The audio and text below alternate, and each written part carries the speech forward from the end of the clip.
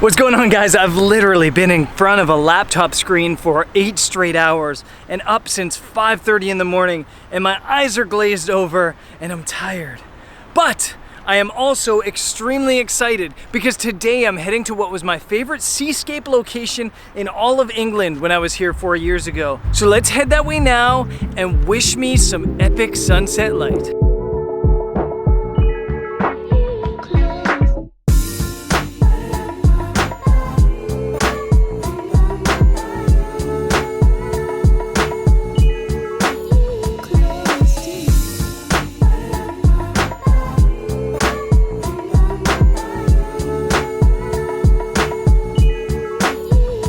Okay, I made it here just outside of Dover. It's kind of funny. When I first traveled to England, which was like 5 years ago, I spent a lot of time in the cities in England, and I was here for like over a month. And I wasn't like beyond fond with it. I wasn't super stoked with it. And the locals would ask me what my favorite place was in England, and I would tell them Dover, and they kind of laughed because Dover has like kind of a bit of a bad reputation. But the reason I love it is because here, or close to here, and if I'm being quite honest, I'm not exactly sure where I am. I parked and I'm kind of guessing. There's the White Cliffs of Dover, which are like this ridiculously cool landscape formation on the east coast of England. So that's tonight's photography location for sunset, and let's head that way now if we can find it.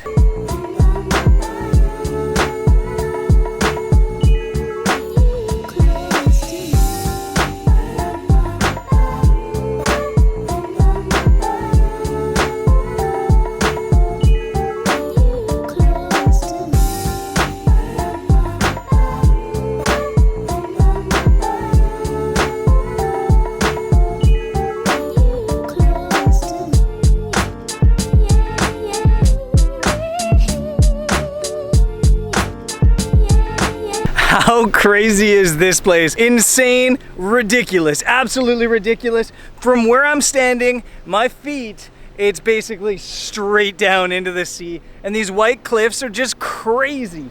Such a crazy spot. I think also kind of a difficult place to photograph, but we'll work on that. It kind of feels a little bit strange not to be out shooting photography with Thomas Heaton after those 3 days shooting with him, but the ghosts of Thomas Heaton are still kind of ringing in my ear. If you remember how I ended yesterday's video, I was talking about some of the lessons I learned shooting with Tom, and one of the things I learned was that I need to slow down and take a little bit more time to process and wander around. Normally I would come to a spot like this, get really excited, and just start racing around and shooting stuff. Today, I'm gonna chill out, and I'm gonna focus on making one really cool image. And I'm not sure if I'm gonna get light. It kind of looks like it's probably more of a sunrise spot than a sunset spot, but I'm gonna do my best, and I'm gonna just spend some time wandering around up and down the cliffs, trying to find my favorite composition before shooting it and focus on getting that one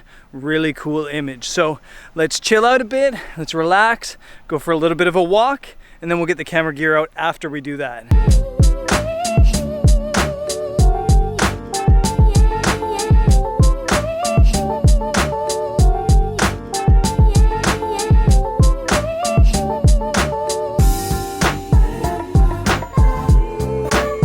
So there's a couple things that make photographing a location like this a little bit of a challenge. The first is like showing the scale. It's such a big dramatic place, and sometimes you throw on a wide angle lens to try to capture it all and you just lose that scale. Finding a cool foreground really helps that, and sometimes you have to be a little bit epic and sit on the edge to show that scale. Put something relatable into the photo to show scale. If you guys ever go to the website Imgur, people always talk about banana for scale. In landscape photography, it's human for scale. Put a human in the landscape and then people can get an idea of how big the landscape is. Another challenge is the light. I have no idea what's gonna happen. The sun's setting directly behind me, which, if it's cloudy, means that I could shoot straight into it and get pretty cool light. And if it's not cloudy, I'd have to shoot the other way and probably hope that it lights up the White Cliffs a little bit. So it's gonna be tricky, and I'm gonna have to just kind of sit around and wait to see what the light does. The third challenge is not falling in. That's so hard to not fall off the cliffs, because you need to get as close to the edge as you can to really show that scale and to get that depth of that image, but you also have to be smart about it. So there's that fine line, and we're gonna tread it.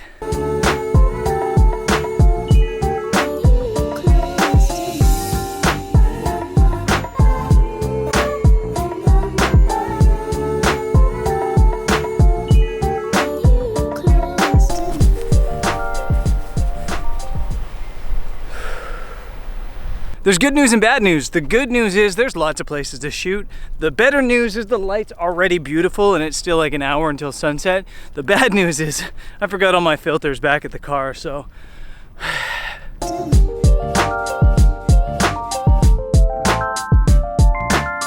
It's completely possible it was fate that I forgot my filters, because as soon as I got back to the car, it just started pouring rain, and it's been really, really humid, and I'm not surprised it's raining, but there was no sign of it, and it's just coming down now. So hopefully it dumps itself out really quickly, because as you guys know, I always say that the absolute best light comes right after a nice storm or right after a nice rain. So I'm gonna sit in the car and wait this out and hope this means we get some really cool light.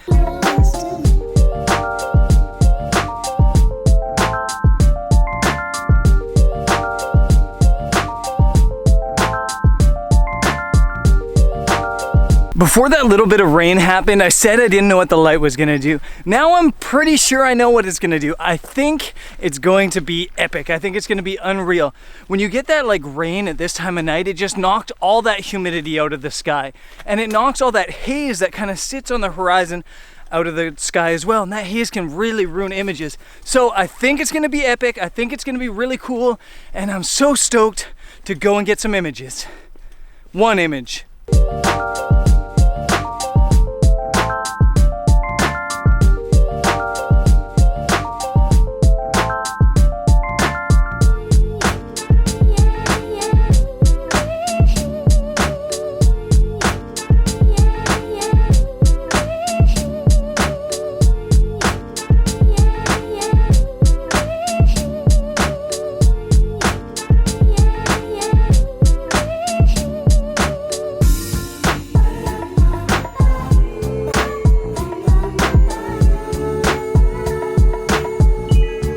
Guys, simultaneously, epic things are happening and bad things are happening photography-wise. One, you might not be able to see it on video, but there's actually a rainbow stretching all the way from there, all the way over the White Cliffs. It's unreal, but the problem is it's raining again, and so I'm getting spots all over my lens, and I can't capture it. Also, it's so big that I'm needing to shoot like 6 different photos. I'm shooting 6 different photos like this, stacked up, and then I'm gonna stitch them together pano style, but they're all getting spots all over it. So I'm super frustrated, but this is epic to look at, and I'm gonna keep trying.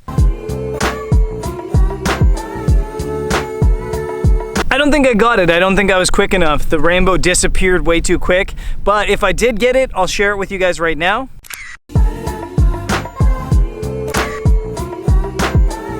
If I didn't get it, I'm still in the hunt for that one image.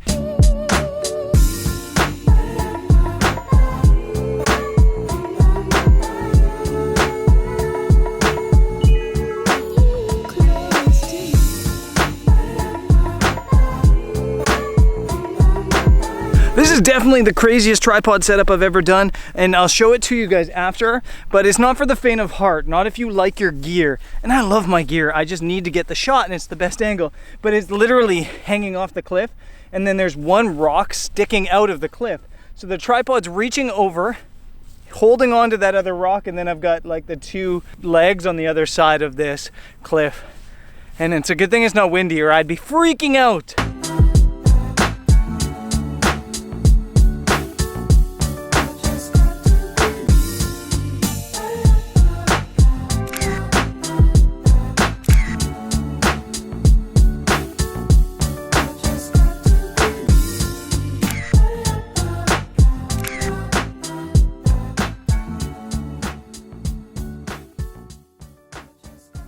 So in the end, guys, I came back to the original composition, the original shot here at the White Cliffs.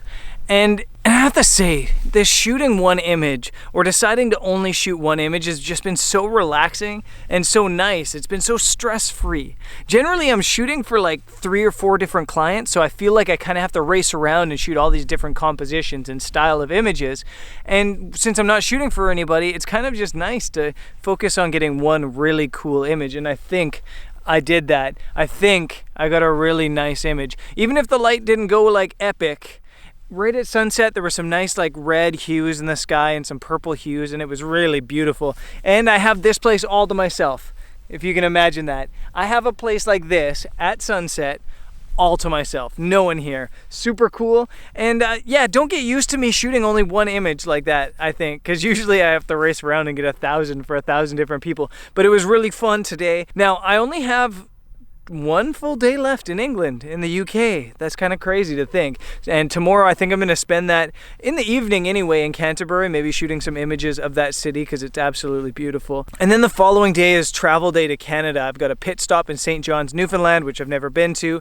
And then I'm heading back home actually to the Rockies and to Alberta. And that should be a lot of fun. I'm looking forward to shooting my home province. And I'm sure that you guys are going to like those episodes too, because there's no better place in the world, I don't think, for landscape and travel photography than the Rockies in Alberta. It's absolutely beautiful there, absolutely ridiculous in Alberta, so I hope you guys stick around for those episodes. They should be a lot of fun. I'm going to crash for the night, and I'll see you guys tomorrow.